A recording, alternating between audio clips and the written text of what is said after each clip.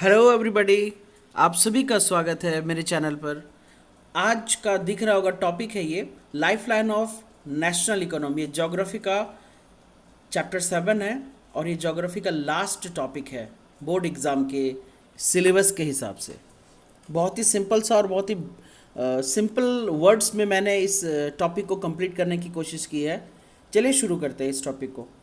Basically lifeline का मतलब होता है, लाइफलाइन का मतलब ये होता है जीवन का आधार या जीवन को चलाने के लिए जो चीज़ें ज़रूरत होती है उन्हीं को हम लोग लाइफलाइन कहते हैं। और वैसे भी ह्यूमन के लिए जो लाइफलाइन है वो ट्रांसपोर्ट है, क्योंकि इंसान एक ऐसा प्राणी है जो एक जगह स्थिर होकर कभी नहीं बैठ सकता है। हमारा हिस्ट्री इसका सबसे बड़ा गवाह है। चलिए स्टार्ट करते हैं, क्योंकि चैप्टर ट्रांसपोर्ट से ही जुड़ा हुआ है तो ट्रांसपोर्ट से ही स्टार्ट करते हैं। तो ट्रांसपोर्ट का एक नंबर का बहुत बार डेफिनेशन पूछा गया है, एक्सप्लेन ट्रांसपोर्ट या व्हाट इज ट्रांसपोर्ट या what do you understand by transport. तो इसका फर्स्ट आंसर है movement of goods and services can be over three important domains of our earth, that means land, water and air. So this is called transport. That means movement of goods and services over land, water and air is called transport. तो transport can be classified into land, air, water, और जो नया वाला है वो है pipeline transport. ये दिख रहा होगा, मैंने कुछ पिक्चर्स इंसर्ट किए हैं। ये वाटर ट्रांसपोर्ट हो गया कार्गो शिप से, ये रोड ट्रांसपोर्ट हो गया, ये एयर ट्रांसपोर्ट हो गया और ये हो गया पाइपलाइन ट्रांसपोर्ट। चलिए आगे बढ़ते हैं। स्टार्ट होगा रोडवेज से। तो रोडवेज में क्या है, बेसिकली आपके पास एक नंबर का क्वेश्चन ये पूछा जाता है कि what is the total length of the Indian roadways. तो रोडवेज में India has one of the largest road network in the world, aggregating to about 54.7 lakh kilometer. So this is your answer, 54.7 lakh kilometer. The growing importance of road transport over rail transport is mentioned below. ये आपके question में जुड़ा हुआ है कि what are the advantage of road transport over rail transport. बहुत बार question दूसरे दूसरे तरीके से भी पूछा जाता है। तो जस्ट इस चैप्टर से रिलेटेड जितने भी क्वेश्चंस हैं उन सभी क्वेश्चंस को बस आपको समझना है, याद करने की कोई ज़रूरत नहीं है, रटने की कोई ज़रूरत नहीं है। सभी क्वेश्चंस सिंपल अंडरस्टैंडिंग से आंसर दिए जा सकते हैं। चलिए स्टार्ट इस क्वेश्चन का आंसर को ज़रा समझेंगे। The construction cost of roads is much lower than the railway line. बिल्कुल सही बात है, रेलवे लाइन बिछाने का कॉस्ट ज़्यादा होता है। Road can cover more geographically harder location that cannot be done by the railways. तो ये benefit of roadways over railways है, याद रखिएगा कि रोड जोग्राफिकली वैसे जगह पर भी जा सकता है, बनाया जा सकता है, पहुंचा सकता है जहाँ पर रेलवे नहीं पहुंचा सकता। नेक्स्ट है roads can negotiate higher gradients of slope and can be easily built in transverse mountains such as Himalayas. बिल्कुल सही है कि रोड को हम लोग पहाड़ों पर भी लेकर जा सकते हैं। बहुत बार दिखा होगा ऐसे पहाड़ होता है, ऐसे इस तरीके से हम लोग गोल गोल करके रास्ते बनाते हैं और वो हाईवे में भी आता है, बट रेलवे को हम लोग इस तरीके से कंस्ट्रक्ट नहीं कर सकते। तो ये एक एडवांटेज है।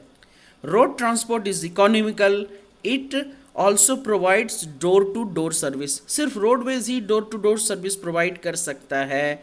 Road transport provide links between railway station, air and sea port. बिल्कुल सही है, क्योंकि रोड ही इन बाकी दूसरे air transport, sea transport, railway transport, इन सब को जोड़ने के लिए रोड ही चाहिए। चलिए आई होप ये आपको क्लियर हो गया होगा। आगे बढ़ते हैं। ये क्वेश्चन पहले भी बहुत बार पूछा गया है कि explain classification of roads in India, और मैंने इसके ऊपर एक वीडियो भी दिया है। आप मेरे चैनल के प्लेलिस्ट में जाके स्टैंडर्ड 10 में आप देख सकते हैं क्लासिफिकेशन ऑफ रोड्स का मैंने एक वीडियो बहुत पहले पोस्ट किया हुआ है। इसमें भी सेम वही चीज़ पढ़ेंगे और थोड़ा सा आपको रिपीट भी हो जाएगा। Roads are classified in the following 6 classes. याद रखिएगा रोड को हम लोग 6 क्लास में डिफाइन करते हैं, क्लासीफाई करते हैं, डिवाइड करते हैं। Golden quadrilateral super highway, national highway, state highway, district road and other roads. तो गोल्डन क्वाड्रिलेटरल सुपर हाईवे क्या है? Basically it is a network of highways connecting India's 4 top metropolitan cities, namely Delhi, Kolkata, Chennai, and Mumbai. These highway projects are being implemented by the National Highway Authority of India. याद रखिए, एक number का question मैंने बहुत बार देखा है कि golden quadrilateral super highways को मेंटेनेंस का काम कौन करती है? तो उसको करती है national highway authority of India. Next है नेशनल हाईवेज। तो basically national highways are a network of trunk roads, याद रखिए, that are laid and maintained by the central public works department, CPWD। तो नेशनल हाईवे को CPWD मेंटेन करती है। The historical Sher Shah Suri Marg is called the national highway number 1 between Delhi and Amritsar. ये भी आपका एक नंबर का क्वेश्चन बहुत बार पूछा गया है कि नेशनल हाईवे नंबर 1 वो कहाँ से कहाँ तक है? तो वो दिल्ली से अमृतसर तक है। नेक्स्ट है स्टेट हाईवे। तो road linking the state capitals with different district headquarters is known as state highway. तो स्टेट हाईवे किसको जोड़ता है? स्टेट के कैपिटल्स को और अलग अलग डिस्ट्रिक्ट्स को जोड़ता है। These roads are constructed and maintained by the State Public Works Department, इसको PWD कहते हैं, क्योंकि नेशनल हाईवे को central public works department maintain करता है और स्टेट हाईवे को state public works department maintain करता है। नेक्स्ट है डिस्ट्रिक्ट रोड्स। तो these roads connect the district headquarters with other places of the district. These roads are maintained by Zila Parishad. याद रखिए, इस रोड का मेंटेनेंस का काम जिला परिषद करता है डिस्ट्रिक्ट रोड को। नेक्स्ट है जो हमारा अदर रोड्स है। तो अदर रोड्स क्या है? Rural roads which link the rural areas and villages with towns are classified under this category. These roads received special impetus under Pradhanmantri Gramin सड़क योजना। अदर रोड्स क्या हुआ? छोटे छोटे गाँव को जोड़ने वाला रोड। ये ज़्यादातर PCC रोड होता है, वो कॉन्क्रीट वाला रोड होता है ना, ये बेसिकली ये रोड होता है गांव के अंदर में ही एक गांव को दूसरे गांव से जोड़ने वाला, ये इस रोड में काउंट होगा। एक डिस्ट्रिक्ट से दूसरे डिस्ट्रिक्ट को जोड़ना है, एक डिस्ट्रिक्ट से उसी स्टेट के सभी डिस्ट्रिक्ट्स को जोड़ने वाला डिस्ट्रिक्ट रोड होगा। उसके बाद स्टेट हाईवे हो गया, जो रोड बेसिकली हेडक्वार्टर को पूरे डिस्ट्रिक्ट के साथ जोड़ता है, वो हमारा स्टेट हाईवे हो गया। चलिए लास्ट में आते हैं बॉर्डर रोड्स। तो बॉर्डर रोड क्या है? Border road organisation constructs and maintain roads in the bordering areas of the country. This organization was established in 1960 for the development of the roads of the strategic importance in the north and northeastern border areas. तो roads can be classified on the basis of the type of material used. तो हम लोग ये जानते हैं metal और unmetalled road होता है दो तरह का। मेटल रोड हो गया जिसमें सीमेंट, कंक्रीट, वो बिटुमन ऑफ कोल जिसको अलकतरा कहते हैं, इसको डाल के बनाते हैं। और अनमेटल रोड हो गया, ये it can be go out of use in rainy season. मतलब ये जो कच्चा रास्ता होता है मिट्टी विट्टी डाल के बनाते हैं, ये अनमेटल रोड है, ये बारिश में ये ख़त्म हो जाता है। तो मेटल्ड और अनमेटल रोड है। नेक्स्ट है रेलवे। नेक्स्ट टॉपिक है रेलवे। फिर से आप लोग को रिपीट कर दूँ, कितने टाइप का रोड होता है?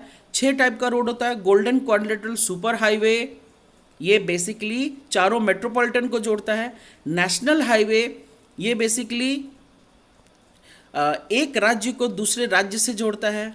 नेक्स्ट है स्टेट हाईवे, ये राज्य के अंदर के मतलब राज्य के कैपिटल को बाकी डिस्ट्रिक्ट से जोड़ता है।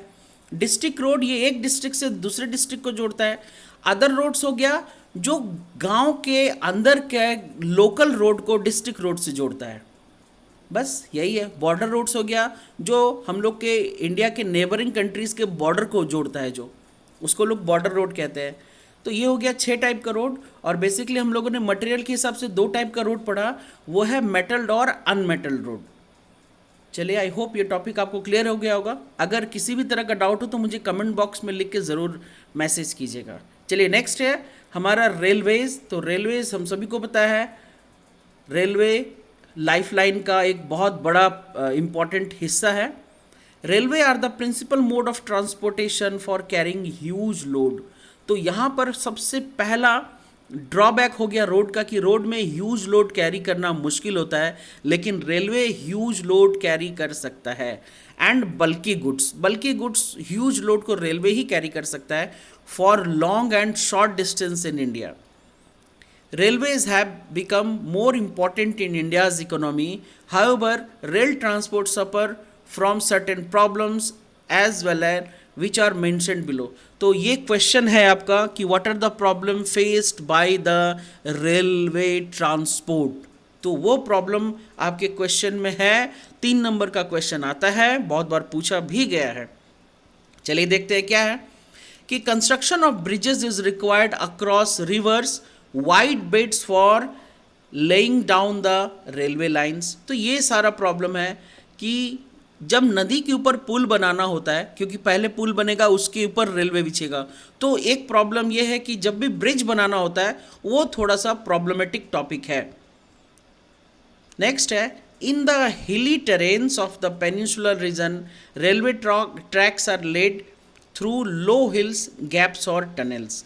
तो ये भी एक तरह का दूसरा प्रॉब्लम है कि जब पहाड़ी क्षेत्र में जब रेलवे बिछाया जाता है तो रेलवे ट्रैक जो होते हैं वो मतलब गैप्स या टनल, मतलब वो सुरंग बना के उससे पास किया जाता है।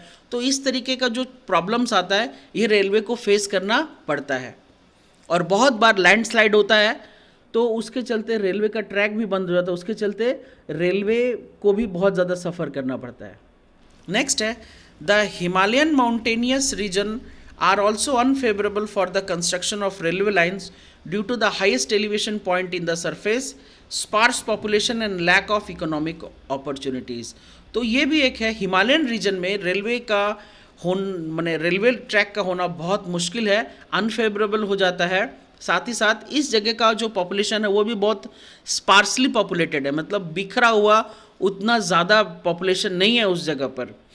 तो इस तरीके से, और वहाँ पर इकोनॉमिक अपॉर्चुनिटीज़ भी कम है, क्योंकि रेलवे जाहिर सी बात है लोग यूज़ करेंगे, टिकट खरीदेंगे या चार्ज पे करेंगे, तो उससे रेलवे का कमाई होगा। कम लोग यूज़ करेंगे तो कम कमाई होगी, तो इससे रेलवे का जो मेंटेनेंस है वो नहीं हो पाएगा। तो इसके चलते भी रेलवे लाइन वैसे दुर्गम क्षेत्रों पर बनाया नहीं जा सकता है। And it is difficult to lay the railway lines on the sandy plains. तो बालू वाले एरिया में भी रेलवे नहीं बिछाया जा सकता है। रेलवे को बिछाने के लिए ठोस मिट्टी का ज़रूरत होती है जो रेलवे के वज़न को, प्रेशर को झेल सके। अदरवाइज़ पता चला वाइब्रेशन करके मिट्टी धंस जाएगा, रेलवे का ट्रैक भी नीचे चला जाएगा और इसको कंस्ट्रक्शन करने में बहुत खर्च होता है, सारा पैसा बर्बाद हो जाएगा।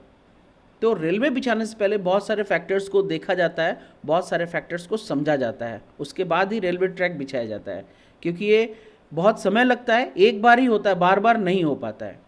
चलिए नेक्स्ट है हमारा pipelines.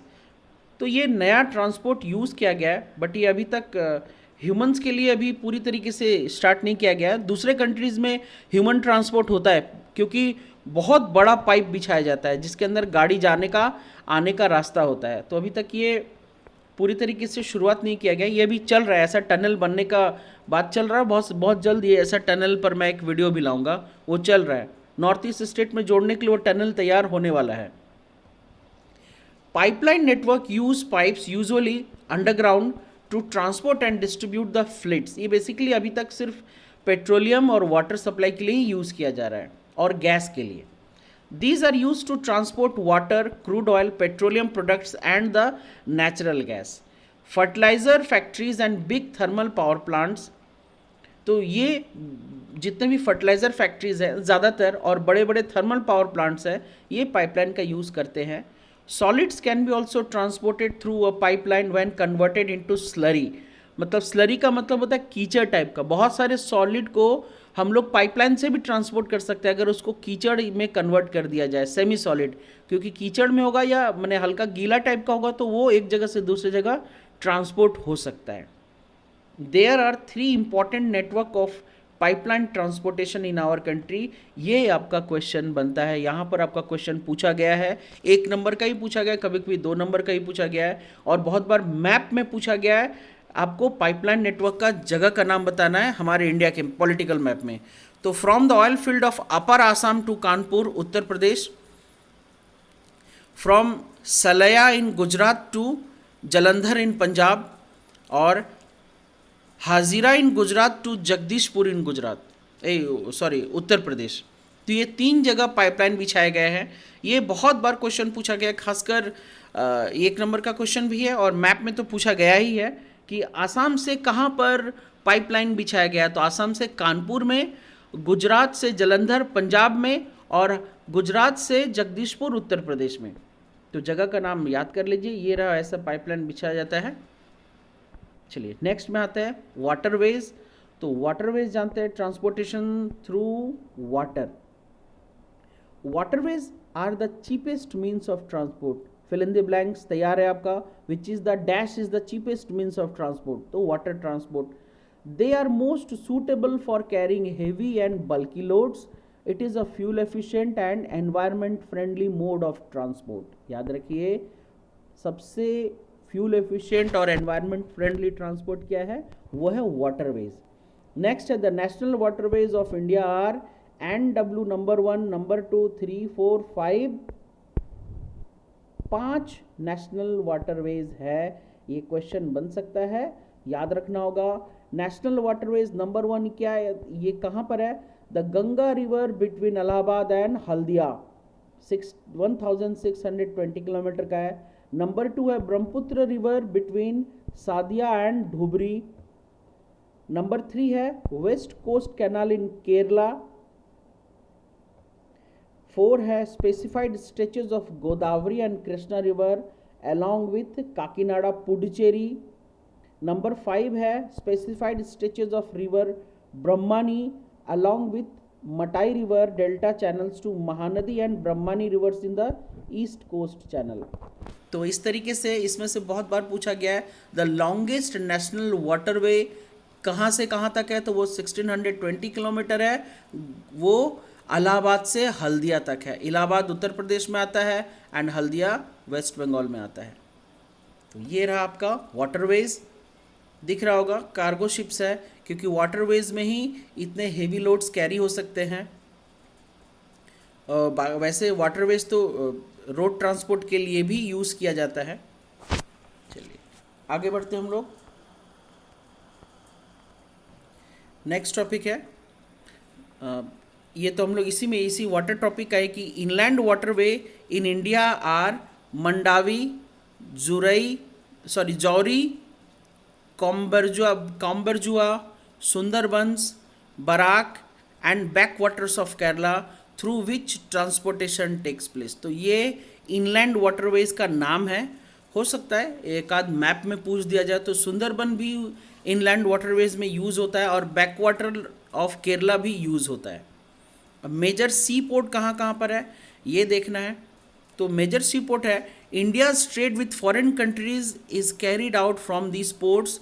There are 2 major ports and 200 notified non major ports in India. तो मेजर पोर्ट्स का लिस्ट है, ये कांडला इन कच्छ हो गया Gujarat. Mumbai is the biggest port. Marmagao port ये गोवा में है। मैंगलोर पोर्ट ये कर्नाटका में है। कोच्चि पोर्ट, कोच्चि हो गया, कोचीन पुडुचेरी में है। Tuticorin port south east. Chennai, Visakhapatnam port, Paradip Orissa में है। कोलकाता, हल्दिया। तो ये पोर्ट्स के नाम हैं। ये बहुत बार पूछा गया है इससे रिलेटेड कि मारमगांव पोर्ट कहाँ पर है, तो ये गोवा में है। इससे मैंने 2-3 बार देखा है। कच्छ तो सभी को जानते हैं, कच्छ गुजरात में है। तो इनमें से टूटीकोरिन भी पूछा जाता है, साउथ ईस्ट में है ये। एंड हल्दिया पूछा जाता है, हल्दिया कोलकाता पोर्ट का है पार्ट है। पारादीप उड़ीसा में है। चलिए नेक्स्ट है हमारा एयरवेज। आप लोग के मैप से रिलेटेड पूरा एक टॉपिक मैं बहुत जल्द एक वीडियोस पर मैंने वीडियो बनाया है, बहुत जल्द उसको दे दूंगा। आपके टोटल मैप स्किल के ऊपर ही वो टॉपिक पूरी तरीके से बेस्ड है। नेक्स्ट है हमारा Airways. Airways is the fastest, most comfortable and prestigious mode of transport. भैया सबसे महंगा है, सबसे रॉयल भी है, जल्दी पहुंचाता भी है। लेकिन सबसे महंगा भी है। Air travel has made access easier to the terrain areas like high mountain, dreary dry deserts, dense forest, long oceans, इन सभी के ऊपर से एयर ट्रांसपोर्ट पार कर जाता है। The air transport was nationalised in 1953। ये एक नंबर का फिल इन द ब्लैंक्स है कि एयर ट्रांसपोर्ट कब नेशनलाइज हुआ, 1953 में। And air India provides the domestic and international air services. बहुत बार ये से भी फिल इन द ब्लैंक्स पूछा गया है। नेक्स्ट है Pawan Hans helicopters limited provides the helicopter service to oil and natural gas corporation in its offshore operation to inaccessible areas and difficult terrains, but मैंने इसको हाईलाइट करके रखा है, but air travel is not with in the reach of common people. क्यों? क्योंकि सबसे ज़्यादा महंगा है। बस ये पवन हंस का नाम बहुत बार आता है, पवन हंस हेलीकॉप्टर सर्विस है। तो अभी भी इंडिया का एक मेजॉरिटी ऑफ पॉपुलेशन ने अभी तक एयर ट्रांसपोर्ट का मज़ा नहीं लिया है। गवर्नमेंट बहुत सारे स्कीम्स निकालती है कि देखें कब तक वो पूरी तरीके से चीप हो जाएगा तो लोग उसका आनंद ले पाएंगे। ये चलिए आपका चैप्टर हंसते हंसते ख़त्म हो गया। बहुत जल्द मिलते एक नए चैप्टर के साथ। इस बार मैं आप लोग को क्वेश्चन पेपर प्रैक्टिस के साथ दूंगा, और जो बच्चे अभी तक बिल्कुल प्रैक्टिस नहीं किए हैं, लग रहा है कोई बात नहीं, उनके लिए भी मेरे पास सॉल्यूशन है। मैं कुछ सेलेक्टेड क्वेश्चंस ही दूंगा, आप उस वीडियो को अच्छे से देखना। मैं मतलब गारंटी ले सकता हूं कि आप लोग अच्छा स्कोर करोगे, उस सिर्फ वीडियो को अगर ध्यान से सुन लोगे तो। चलिए बहुत जल्द मिलते हैं नए वीडियो के साथ, तब तक अपना ख्याल रखिए। जय हिंद, और कीमती समय देने के लिए बहुत बहुत धन्यवाद।